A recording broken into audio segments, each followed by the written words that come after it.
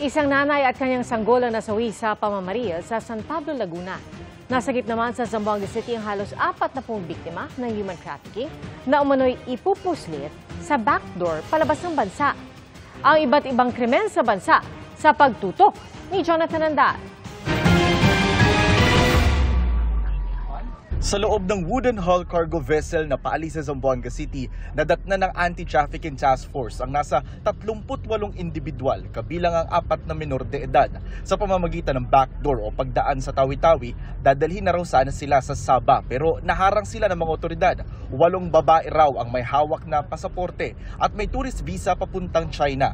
4 daw ang umaming magtatrabaho bilang domestic workers. 3 suspect na umunoy recruiters ang kasama. Ayon sa Department of Migrant Workers Region 9, nakakuha sila ng impormasyon tungkol sa human trafficking kaya minanmanan nila ang grupo. Nasa kustodiya na ng DSWD Region 9 ang mga biktima. Ilan sa kanila planong sampahan ng reklamo ang mga recruiter.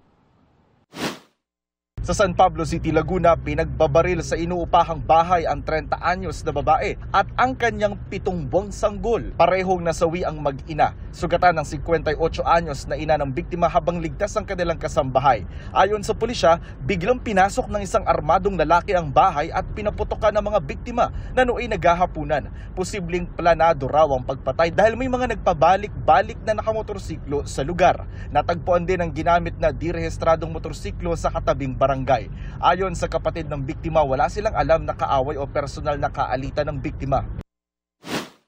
Arestado sa isang operasyon sa Cotabato City ang 38 anyos na babae at kanyang 16 anyos na anak. Nakuha sa mag-ina ang 10 pakete ng hinihinalang shabu na may street value na mahigit 3 milyong piso.